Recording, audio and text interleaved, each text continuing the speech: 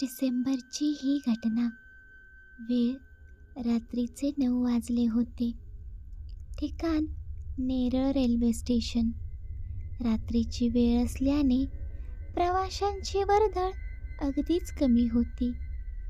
पण नेरळहून पुढे काही पर्यटन स्थळं आहेत. तिकडे जाणाऱ्या प्रवासी वाहन चालकांची मात्र भाऊगर्दी झाली होती. 6 अनोळखी मित्र पहिल्यांदाच भेटलेले, एकमेकांच्या स्वभावापासून अगदीच अनभिज्ञ. कोण कधी काय करेल किंवा काय करू शकतो याचा किंचित देखील अंदाज नाही. मंगेशच्या वाढदिवसादिवशी भेटलेले. अचानक रोहितने ओव्हरनाईटचा प्लॅन केला आणि कृष्णाने तो ओव्हरनाईट कुठे करायचा यावर शिक्का मारला. माथेरानच्या आसपास कोथळगड नावाच्या एका किल्ल्यावर ओव्हरनाईट करण्याचा बेत आखला गेला. हसीमने त्याच्या मराठी शाळेची काचकूच करीत अखेर ओव्हरनाईट करायचं मान्य केलं. सुबोधला तर काही पर्यायच नव्हता, त्यामुळं तोही तयार झाला. त्यांनी नेरळ स्टेशनला जेवण केलं. खाण्यासाठी काही खाद्य सोबत घेतलं. आता कोथळगडला जाण्यासाठी अर्ध्या रस्त्यात खाजगी वाहनाने आणि उरलेल्या रस्त्यात रेल्वे ट्रॅकने पायी जायचं ठरलं. पण कोथळगड नक्की कुठे आहे याबद्दल कोणालाच माहिती नव्हतं. मग काय, तोंड तर सोबत होतंच की. त्यांनी तिथेच उभ्या असलेल्या वाहन चालकांना कोथळगडच्या रस्त्याबद्दल विचारलं. त्यावर त्यांना अनेक वेगवेगळी उत्तरे मिळाली. ती ऐकून या 6 जणांच्या बोऱ्या उडाल्या. 6 जणही कन्फ्यूज झाले. आता काय करायचं? एवढ्यावर येऊन पुढचा प्लॅन रद्द तर करता येणार नव्हता. तरी कृष्णाने इतर चालकांपासून दूर उभ्या असलेल्या एका माणसाला कोथळगडविषयी विचारले असता त्याने तो गड माथेरानच्या डोंगरामधून पुढे माथेरानच्याच विरुद्ध दिशेला असणाऱ्या डोंगरात आहे असं अगदी ठामपणे सांगितलं. आता अशा द्विधा मनस्थितीमध्ये जी व्यक्ती ठामपणे बोलत असेल अशा व्यक्तीवर आपले मन लगेच विश्वास ठेवतं. त्याने देखील हेच केलं.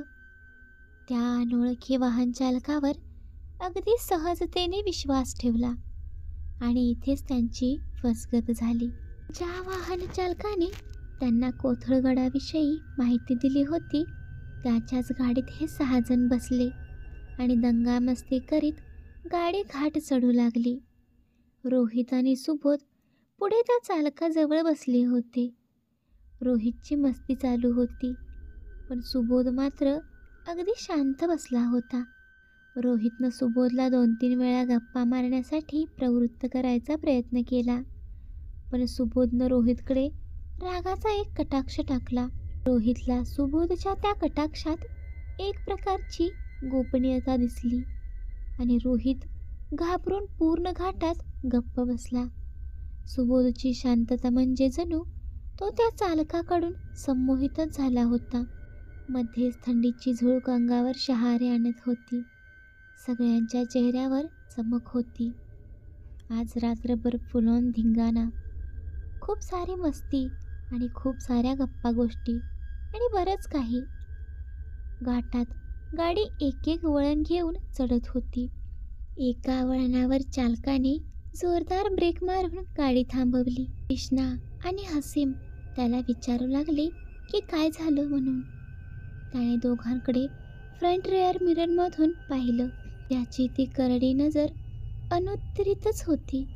त्याने मारलेल्या त्या जोरदार ब्रेकमुळे जणू सुबोधचं संमोहन भंग पावलं आणि तो एकदम भानावर येत काय झालं म्हणून विचारू लागला. तो चालक म्हणजे एक भयानक प्रकार होता. अख्खा रस्त्यात त्याने एक शब्द देखील बोलला नाही. त्याचा अवतार देखील एकदम भयानक होता. दाढी वाढलेली, अंधारात सुद्धा त्याचे डोळे लाल पाणावल्यासारखे दिसत होते. ओठ काळपट लाल होते. गळ्याभोवती एक काळा मफलर गुंडाळला होता. आणि तसाच मफलर डोक्याभोवती देखील होता. थंडी असून देखील शर्टची वरील 2 बटणे उघडीच होती. त्याने गाडी थांबवल्यानंतर लगेच घाईतच तो गाडीतून खाली उतरला आणि आम्हाला काहीच न बोलता फक्त मान हलवून गाडीतून खाली उतरण्याचा इशारा केला. त्याचे हावभाव पाहून अगोदरपासूनच भित्रा असणारा सुशील अजूनच जास्त घाबरला. ते 6 जणही गाडीतून उतरून त्या चालकाला पैसे देऊन त्याला पुढील मार्ग कसा आणि कुठून जातो याची विचारणा करताच त्याने त्याचे तोंड उघडले. प्रवासादरम्यान त्याने बोलण्याची ही पहिलीच वेळ होती. त्या चालकाचा आवाज अतिशय घोगरा आणि मागच्या वेळीपेक्षाही खूपच भीतीदायक भासत होता. चालकाने एका रेल्वे ट्रॅककडे बोट दाखवले आणि सांगितले की ह्या ट्रॅकने सरळ 1 तास चालत राहा. 1 तासात कोथळगड येईल. यांनी आपल्या माना होकारार्थी हलवल्या आणि त्या चालकाला थँक्यू म्हणून पुढे त्या ट्रॅकवर जाऊन उभे राहिले. वेळ रात्रीचे साधारण 10:30 झाले होते. हवेतला गारवा वर वर चढत हिवाळ्याची जाणीव करून देत होता. लख्ख चंद्रप्रकाश असून देखील ते 6 मित्र त्या काळ्या वावटळाच्या गर्दछायेत चालत होते. चालता चालता त्यांनी त्या डोंगराचे एक वळण पूर्ण केले आणि चंद्र त्यांच्या विरुद्ध बाजूस गेला. त्यामुळे तो डोंगराच्या आडोशाला झाकून गेला. तो अंधार एक भयानकता निर्माण करीत होता. ह्या लोकांच्या गप्पा रमल्या होत्या. त्या अचानक येणाऱ्या काळोख्याने त्या गप्पा मंदावल्या. मंदावल्या कसल्या? पूर्ण बंदच झाल्या म्हणा. वातावरणात एक गंभीरता आली होती. सगळेजण रेल्वे रुळावरून जोडीने चालत होते. रेल्वे रुळावर मध्येच खड्डे येत होते आणि त्या खड्ड्यांवरून हे रेल्वे रुळ जात होते. अशाच एका खड्ड्यावर रेल्वे रुळात सुशीलचा पाय अडकला आणि इथूनच खेळ सुरू झाला त्या 6 मित्रांच्या जीवघेण्या ओव्हरनाईटचा. सुशीलचा पाय रेल्वे रुळात अडकलेला पाहून त्याच्याबरोबर चालत असलेला हसीम घाबरला आणि त्याने बाकीच्यांना आवाज दिला. त्याच्या त्या आवाजाने अंधारातली शांतता भंग पावली. सगळेजण तिथे जमा झाले. मोबाईलचा टॉर्च लावून त्यांनी पाहिले. सुशीलच्या पायाला थोडीशी जखम झाली होती. त्यात घाबरण्यासारखं काहीच नव्हतं. फक्त थोडंसं रक्त येत होतं. पण इतक्यात सुबोधने जोरात किंकाळी फोडली. त्याच्या त्या किंकाळीने सगळेच भेदरून गेले की याला झालं तरी काय. माथेरानच्या अंधार डोंगर रांगेत त्याच्या त्या किंकाळीचे प्रतिध्वनी उमटू लागले. कुत्र्यांच्या भुंकण्याचा आवाज जोर धरू लागला. सुबोधने ओरडतच सुशीलचा पाय जिथे अडकला होता त्या खड्ड्याकडे बोट दाखवून इशारा केला. मोबाईलचा उजेड देखील अपुराच होता.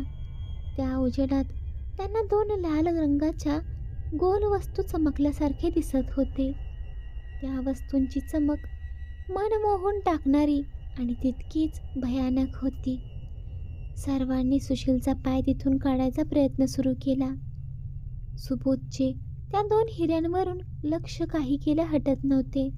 इतक्यात मंगेशने देखील त्याच्या मोबाईलचा टॉर्च ऑन करून सुशीलच्या पायावर उजेड टाकला आणि आता मात्र सगळ्यांचीच बोबडी वळाली होती. कारण त्या चमकणाऱ्या 2 वस्तूंची हालचाल होत होती. मंगेशने त्याचा मोबाईल त्या वस्तूच्या अजून थोडा जवळ नेला आणि त्यानंतर त्यांनी जे पाहिले ते शब्दात वर्णन करण्यासारखं नव्हतंच. त्या चमकणाऱ्या 2 लाल गोष्टी दुसरं तिसरं काही नसून एक काळं मांजर होतं जे की अस्पष्टच दिसत होतं आणि त्या मांजराच्या समोर काही मांसाचे तुकडे पडले होते. ते पाहून सुशीलने पायाला जोरात हिसका दिला आणि त्याच्या पायाच्या अंगठ्याचा नख उखडला गेला. त्याच्या अंगठ्यातून रक्ताची धार लागली होती. खड्ड्यातील मांजराने त्या रक्ताच्या धारेला तोंड लावलं. हे पाहून सुशीलचा तर पार धीरच खचला. तो थरथरू लागला. सगळेजणच घाबरून गेले होते. कृष्णाला या गोष्टींची सवय आणि माहिती असल्यामुळे तो त्याची भीती लपवत होता. हसीमच्या हलक्या फुलक्या विनोदातून हा प्रसंग झाकून जात होता. पण एवढं सगळं घडूनही सुबोध मात्र शांत होता. का कुणास ठाऊक.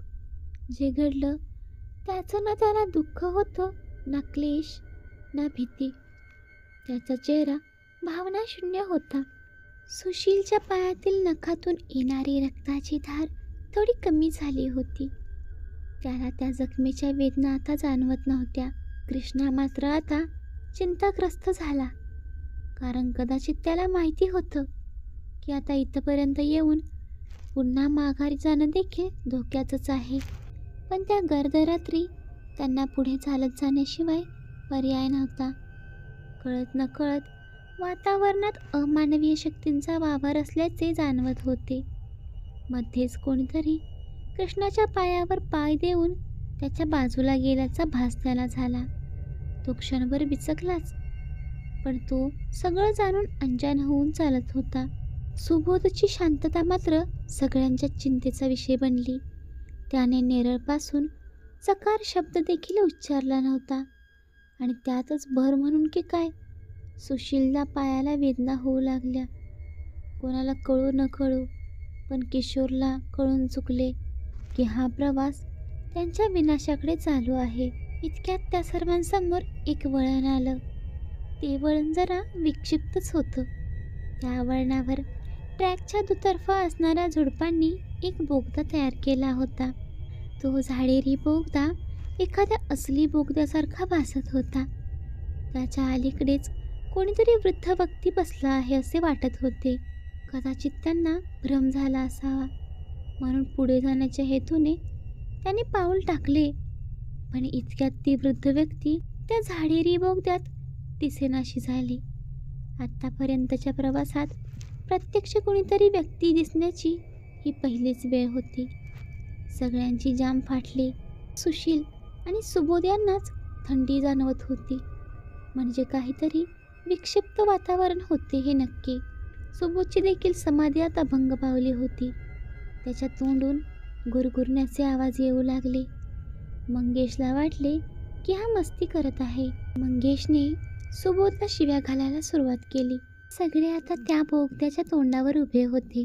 त्या बोगद्याच्या आजूबाजूला एक चपळाईने हालचाल झाली. जणू एका बाजूने दुसऱ्या बाजूकडे कोणीतरी धावल्याची हालचाल. आजूबाजूला असणाऱ्या झाडांची पाने हलू लागली.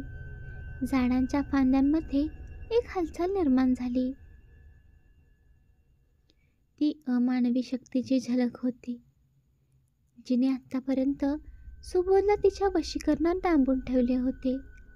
झाडाच्या फांद्या वेग घेऊ लागल्या आणि झपाट्याने सळसळत येऊन त्या बोगद्याच्या दोन्ही कडांवर जणू एखादी मानवी रूपातील द्वारपाल बसावेत त्याप्रमाणे पसरल्या आणि शांत झाल्या. त्या बोगद्याजवळ जाण्याची कोणाची हिंमत होत नव्हती. आता या सगळ्यांसमोर एक घटना अशी घडत होती जी अख्ख्या प्रवासात घडली नाही. सुबोध काहीतरी बोलायचा प्रयत्न करत होता, पण त्याच्या तोंडातून एक शब्दसुद्धा फुटत नव्हता. जणू तो मुका झाला होता. तो जीवाची पराकाष्ठा करत होता, पण काही केल्या त्याच्या तोंडून शब्द फुटेना. हसीमने सुबोधला जवळ घेताच सुबोधच्या शरीरात काहीतरी संचारलं. सुबोधने हसीमला एक जोरदार धक्का दिला. त्या धक्क्याचा आघात इतका प्रचंड होता की हसीम रेल्वे ट्रॅकवरून दरीच्या टोकावर, म्हणजे साधारण 2 ते 2.5 फुटांवर जाऊन पडला. त्याची सगळी मस्ती सुबोधच्या एका धक्क्यातच जिरली. सगळं वातावरण निर्मनुष्य सहवासात गेलं. नीरव शांतता पसरली. सुकलेल्या झाडांचा पालापाचोळा क्षीण आवाज करत होता. हिवाळ्यात पाने गळालेली झाडे मानवी सापळ्याप्रमाणे भासत होती. त्या खोल दरीत घुमणाऱ्या त्या वाऱ्याचा आवाज काळजात घाव करून जात होता. प्रचंड भयानकता निर्माण करणारा तो वारा अंगावर शहारे आणत होता. कदाचित पुढे येणाऱ्या संकटाची चाहूल त्या वाऱ्याला लागली असावी. सुशील सगळे पाहत होता. त्याचे हावभाव काही बदलत नव्हते, कारण तो आधीच घाबरट आणि त्यात हे सगळं पहिल्यांदाच अनुभवलं होतं त्याने. तिथल्या भयान शांततेची जागा आता कृष्णाच्या आवाजाने घेतली. त्याने करड्या आवाजात पुढे निघण्याची सूचना केली. सगळ्यांनी दबक्या पावलात त्या जाडेरी बोगदा सदृश्य गोष्टीमध्ये प्रवेश केला. हळूहळू चालत होते सगळे. अचानक तिथल्या वातावरणामध्ये भयानकता जाणवू लागली. निसर्गाचे सगळे नियम मोडले जात होते. इतकं भयानक वातावरण त्या आवारात निर्माण झालं होतं की त्याचं वर्णन करताना देखील किळस येईल. अतिशय घाण होती त्या ट्रॅकवर. सर्वत्र दुर्गंधी पसरली होती. जणू काही मानवी मृतदेह दिवसेंदिवस तिथे सडून पडलेत. इथं अमानवीय शक्तींचा जणू सुळसुळाटच आहे. मध्येच कुंतरी भुंकण्याचा आवाज येत होता. रातकिडे रात्रीची भयानकता दर्शवत होते. कानाजवळ कोणीतरी गुरगुरल्यासारखे भास चालू होते. सगळ्याच गोष्टी खूप त्रासदायक होत्या. ह्या दुर्गंधीचं, वाढलेल्या तापमानाचं विशेष काहीच वाटत नव्हतं. हळूहळू जसे ते पुढे जाऊ लागले तसे वातावरण पूर्ववत होऊ लागले आणि दुर्गंधी देखील कमी झाली. जसा जसा अंधार वाढत होता तसतसा हा खेळ वाढत चालला होता. पण चालता चालता रोहितला अचानक काय झाले कुणास ठाऊक. त्याने सुबोधचा हात सोडला आणि दरीच्या डोकावर जाऊन उभा राहिला. कृष्णाने स्वतःच्याच डोक्यावर हात मारून घेतला. त्याच्या मनात आले की कुठून दुर्बुद्धी सुचली आणि ह्या सगळ्यांना कोथळगडावर घेऊन आलो. रोहित बराच वेळ दरीच्या खालील भागाकडे निरखून पाहत होता. तो पण आता कोणत्या तरी शक्तीकडून संमोहित झाला असावा. रोहितने दरीकडील समोरच्या भागाकडे बोट दाखवत किशाला आवाज दिला. ए किशा, अबे इकडे ये जरा. कृष्णा काही त्याच्याकडे गेला नाही. रोहितने रागाने कटाक्ष टाकला. त्याचे डोळे लालबुंद झाले. तो म्हणाला, ए किशा, तुला म्हणतोय ना ये इकडं, कळत नाही का? रोहितने किशाला जणू दमच टाकला. पण आता येणारा आवाज रोहितचा नव्हताच. हे कृष्णाला लक्षात यायला वेळ लागली नाही. कृष्णाने प्रसंगावधान राखून रोहितकडे जाण्याचा शहाणपणा दाखवला. रोहितने कृष्णाकडे पाहून एक ज्वलित हास्य केलं आणि पुढे बोट दाखवत म्हणाला, किशा, तो रस्ता दिसायला का तुला? तो रस्ता सरळ गेलं की कोथळगडाकडे जातोय. चल, तू ये माझ्या मागं. असं म्हणत रोहित दरीत पाऊल टाकत होता. पण इतक्यात कृष्णाने त्याचा हात धरला आणि त्याला मागे खेचून खाडकन कानाखाली मारली. रोहितची जणू 10 जन्मांची झोप मोडली. तो भानावर आला. इतक्यात सुबोध बोलला, कोण नाही वाचणार तुमच्यातलं, कोणही वाचणार नाही तुमच्यातलं. तुमचं मरण तुम्हाला इथं घेऊन आलंय. तुम्ही इथंपर्यंत आलात खरं, पण परत नाही जाणार. त्याचं कर्कश हास्य होतं. आवाजात पळून पळून धाप लागल्यासारखे कंपन होते. अगदीच भयावह.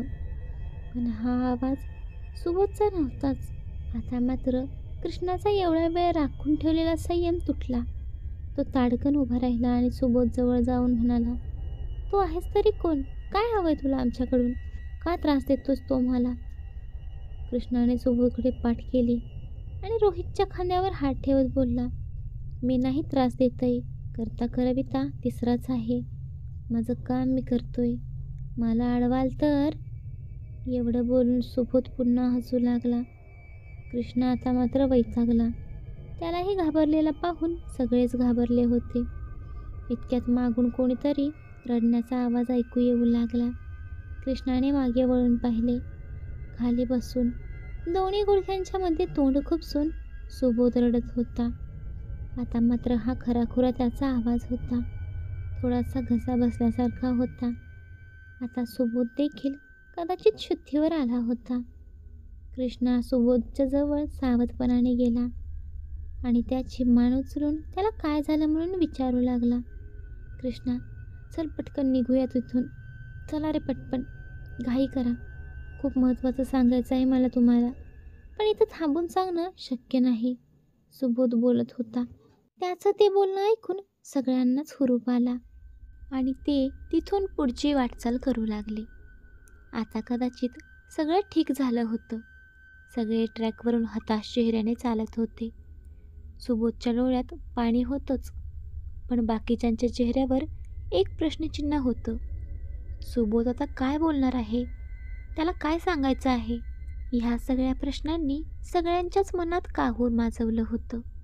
आता रात्रीचे साधारण 1:30 वाजले होते. म्हणजे 3.5 तास हा सगळा बाहुल्यांचा खेळ चालू होता.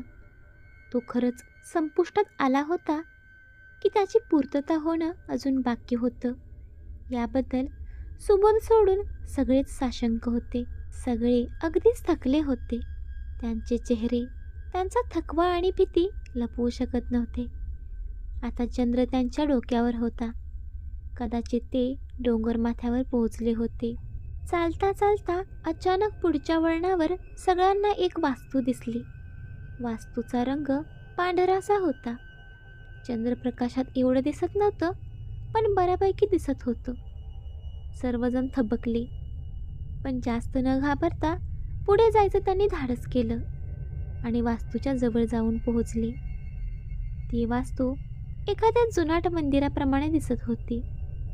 त्याच्या दरवाजावर काही प्राचीन घंट्या बांधल्या होत्या. ती वास्तू खूपच जीर्ण अवस्थेत होती. आता देवाच्या मंदिरात जायला कोणी घाबरेल का? हे पण घाबरले नाहीत. हाताने जाळ्या झटकत त्यांनी मंदिरात प्रवेश केला. अगदी जुन्या फिल्म्सप्रमाणे मंदिराची अवस्था होती. थोडं आत जाताच तिथे एक मोठं पाषाण होतं. त्याची देखील अवस्था खूपच जीर्ण होती. त्यावर धूळ, माती आणि उंदीर घुशींनी केलेली घाण होती. सगळे अगदी उत्सुकतेने त्या मंदिराच्या भिंतीकडे पाहत होते. त्यावरील धूळ झटकत होते, पण तिथे पुरेसा प्रकाश नसल्यामुळे त्यांना काहीच ठीक दिसत नव्हतं. सगळे चालून चालून आणि घडलेल्या घटनेमुळे खूप थकले होते. त्यामुळे मंदिरातीलच एका दगडावर बसले. हसीमने सगळ्यांना पाणी दिले आणि गळ्यातील मफलर काढून तो जमिनीवर अंथरून त्यावर तो आडवा झाला. सुबोध, ठीक आहेस ना बे आता? मंगेशने सुबोधला विचारले. हं, जरा बरं वाटतंय रे, पण अंग खूप दुखतंय, सुबोध करड्या आवाजात बोलला. सुशीलने गंभीर आवाजात सुबोधला प्रश्न केला. सुबोध, मगाशी तू काहीतरी सांगणार होतास ना, आता सांग. असं म्हणताच सुबोधच्या चेहऱ्यावर अविश्वासाची लकीर उमटली. सुबोध सांगू लागला, मला एवढं काही आठवत नाहीये, पण जेवढं आठवेल तेवढं सांगतो मी. कृष्णा वाहन चालकाशी बोलत होता. मी आणि रोहित दुकानातून सामान घेऊन येत होतो. मला मागून कोणाचा तरी आवाज आला. मी मागे पाहिले तर कृष्णा वाहन चालकाशी बोलत होता. मंगेश, हसीम, सुशील, तुम्ही सगळे जेवणाचं बिल देत होतात. मला कोणी हाक मारली माहीत नाही, पण आवाज ओळखीचा नव्हता. मी लक्ष दिले नाही आणि दुकानदाराला पैसे देऊन दुकानातून बाहेर पडलो. मला गाडीत मागे बसायचं होतं, कारण रोहित काही ना काही खात होता आणि मला इरिटेट झालं होतं. पण त्या चालकाने माझा हात पकडला आणि माझ्याकडे पाहून पुन्हा तेच वैरी हास्य हसू लागला. त्याने माझ्या डोळ्यांवर कहरच आणला. माझ्या डोळ्यांना एक घाणेरडी लकाकी जाणवली. तिथं लोकांच्या रडण्याचे आवाज होते. मृतदेह सडल्याचा वास येत होता आणि खूप आक्रोश होता तिथे. मला असह्य झालं. माझ्या पाठीवर कोणीतरी हात ठेवला. स्पर्श ओळखीचा होता. माझ्या डोळ्यापुढेच लकाकी गेली. मी मागे वळून पाहिले तर रोहित होता. मला बसण्यासाठी घाई करत होता, पण त्या चालकाने मला पुढेच बसण्यासाठी सांगितले. मला मागे बसण्याची इच्छा असून देखील मी त्याचं बोलणं ऐकून काहीच विरोध न करता पुढे त्याच्या शेजारी बसलो. सुबोध हे सगळं सांगताना त्याच्या चेहऱ्यावर भीती होती आणि अंगावर शहारे दिसत होते. बाकीचे सगळे शांत होते. त्याने पुढचा मिरर माझा डोळं दिसतील असा फिरवला. शेजारी बसून देखील तो माझ्याकडे पाहण्यासाठी आरशाचा वापर करत होता. पुन्हा मला तोच आवाज, तोच आक्रोश आणि तोच वास आला. मी पुढं चालत होतो. माहीत नाही कुठं चाललोय. माझे डोळे बंद होते. एक व्यक्ती माझ्या दिशेने चालत येते. ती कोण आहे हेही मला माहीत नव्हतं. हळूहळू ती व्यक्ती जवळ आली. खूप कुरूप चेहरा होता. अंगाचा घाणेरडा वास येत होता. चेहरा देखील अतिशय विद्रूप होता. इतक्यात खडकन आवाज झाला आणि माझी झोप मोडली. माझं मन अस्थिर झालं. मला कळत नव्हतं की मी काय पाहिलंय, काय सांगावं, कुणाला सांगावं काहीच सुचत नव्हतं. माझं डोकं अचानक जड झालं. तुमचे कोणाचेही आवाज, हालचाली मला जाणवत नव्हत्या. इतक्यात एक सूर्यतेजाप्रमाणे प्रखर प्रकाश माझ्या डोळ्यांवर पडला. पुन्हा तोच आवाज आला. सुबोध, आलास तू?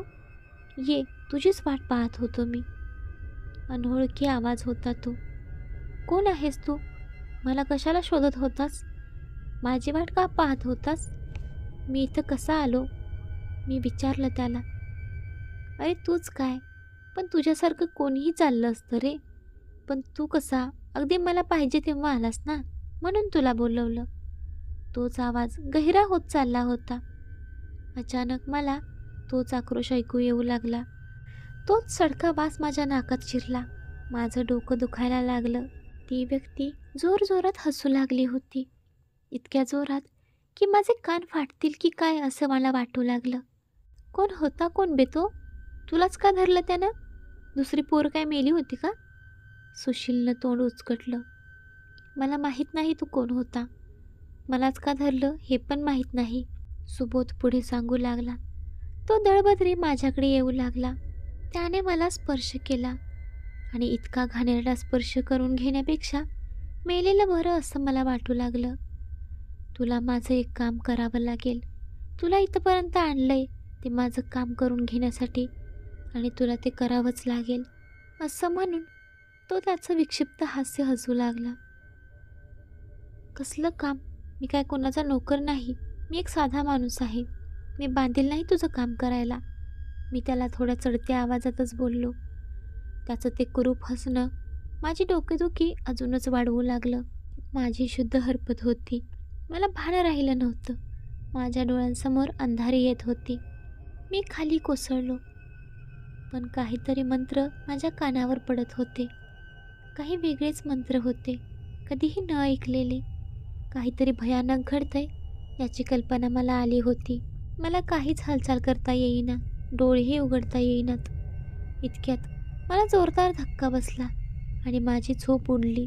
अचानक रोहितचा आवाज कानी पडला. त्याच्यासोबत तुम्हा सर्वांचे आवाज कानी पडू लागले. मी डोळ्यांवर जोर देऊन पाहण्याचा प्रयत्न केला असता मला माझ्या बाजूला रोहित आणि तो वाहन चालक दिसला. नंतर लक्षात आलं की आपण सगळे गाडीतच आहोत.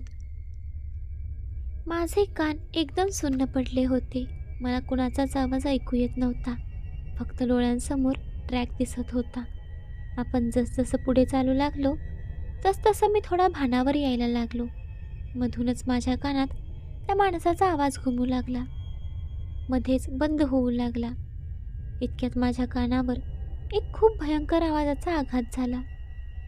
मला असह्य वेदना झाल्या. तोच आवाज माझ्या कानात घुमू लागला, खूप कर्कश आवाज. त्याच माणसाचा होता. तो माणूस म्हणत होता, सोडू नकोस त्याला, लक्ष राहू दे त्याच्यावर, तो हातातून नाही गेला पाहिजे. तो घाबरला की धर त्याला, तो जर हातातून गेला तर तुझं काही खरं नाही. पण तू कोणाबद्दल बोलत होता? कोणाला धरायला लावत होता? मंगेशने सुबोधला विचारले. तो मला सुशीलबद्दल बोलत होता, सुबोध म्हणाला. पण मला का बोलवायला बे ते भूत? सुशील जरा घाबरतच बोलला. मी सांगतो, कोणीतरी वृद्ध व्यक्ती असावी. हातात पणतीसारखं एक पात्र होतं. त्याचा भगवा उजेड सगळीकडे पसरला होता. ती व्यक्ती हळूहळू जवळ येऊ लागली. ती व्यक्ती त्यांच्या जवळ येताच सर्वजण आश्चर्याने उभे राहिले. भगवी वस्त्रे परिधान केलेला एक वृद्ध, दाढी वाढलेली, केस देखील शंकराच्या जटेप्रमाणे बांधलेले, हातात एक कमंडलू आणि एका हातात पणती, असा त्यांचा वेश. डोळ्यात एक तेजस्वी ज्वाला जी मनाला प्रसन्न करत होती. माथ्यावर विभूती लावलेली, जणू हिमालयातील एखादा तपस्वी. घाबरू नका, मला माहीत आहे ती व्यक्ती कोण होती. त्याने ह्यालाच का धरायचं ठरवलं, या सगळ्या प्रश्नांची उत्तर माझ्याजवळ आहेत. बाबा, तुम्ही कोण? हसीमनं आदरपूर्वकच विचारलं. मी गेली कित्येक वर्ष या जंगलात भटकतोय. मी इथंच या जंगलात राहतो. इथं कसली तरी कुजबूज ऐकू आली म्हणून इकडे फिरकलो. त्या तपस्वीने तेवढ्याच नम्रतेने उत्तर दिलं. त्यांच्याकडे पाहून कसलीही फसवेगिरीची किंवा मायावी शक्तीची भीती वाटत नव्हती. त्यांचं तेजस्वी रूप त्यांचे सामर्थ्य सांगून जात होतं. सुशील मुळातच भित्रा आणि कमजोर, जरा कमी चपळ, पण प्रामाणिक स्वभाव. त्याच्यावर वशीकरण करणंही सोपं आहे. ज्या व्यक्तींवर भीती आणि इतरांची मतं लगेच हवी होतात त्यांना वश करून हवं ते करवून घेता येतं. पण याचं दैव खरंच बलवत्तर होतं, म्हणून याला नखं उखडण्यापलीकडे काहीच झालं नाही. तपस्वी बोलत होते आणि त्यांचं बोलणं सगळे आश्चर्यचकित होऊन ऐकत होते. कारण आत्तापर्यंत जे काही घडलं त्यांच्याशिवाय कोणालाच माहिती नव्हतं. कोणी काही बोलायच्या आतच ते तपस्वी पुन्हा बोलू लागले. मला सगळं कसं माहीत यापेक्षा तो राक्षस कोण होता आणि तो कशाला आला होता हे जाणून घेणं महत्त्वाचं आहे. तो एक खविसाचा प्रकार आहे. तो या भूमीत हजारो वर्षांपासून कैद आहे. इथल्याच कुठल्या तरी झुडपात त्याचा मोक्ष लपला आहे. मला देखील माहीत नाही नेमकं झुडूप कोणतं, पण ते जाळलं की त्याला मोक्ष मिळणार होता. पण मग तो आमच्या वाट्याला कशाला गेला? आम्ही त्याच्यासाठी काय करणार होतो? रोहितने उत्सुकतेने विचारलं. हे बघ बाळ, मोक्ष हवा होता. त्याला मोक्ष देणारा माणूस मनाने भोळा, प्रामाणिक आणि साधा असावा लागतो. मग कदाचित तो सुबोध असावा. आणि जर समजा सुबोधकडून त्याला मोक्ष मिळाला असता तर पुढे जाऊन तो राक्षस सुबोधच्याच जीवाचा वैरी झाला असता आणि कदाचित त्याला मारलंही असतं. पण मग बाबा, मला ती व्यक्ती जेव्हा आम्ही ट्रॅक सोडून चालत होतो तेव्हा सोडू नकोस त्याला, लक्ष राहू दे त्याच्यावर, तो हातातून गेला नाही पाहिजे असं का म्हणत होती? बाळ सुबोध, त्याची शिकार तू नव्हतासच. त्याला मोक्ष देणारा माणूस तो सुशील होता.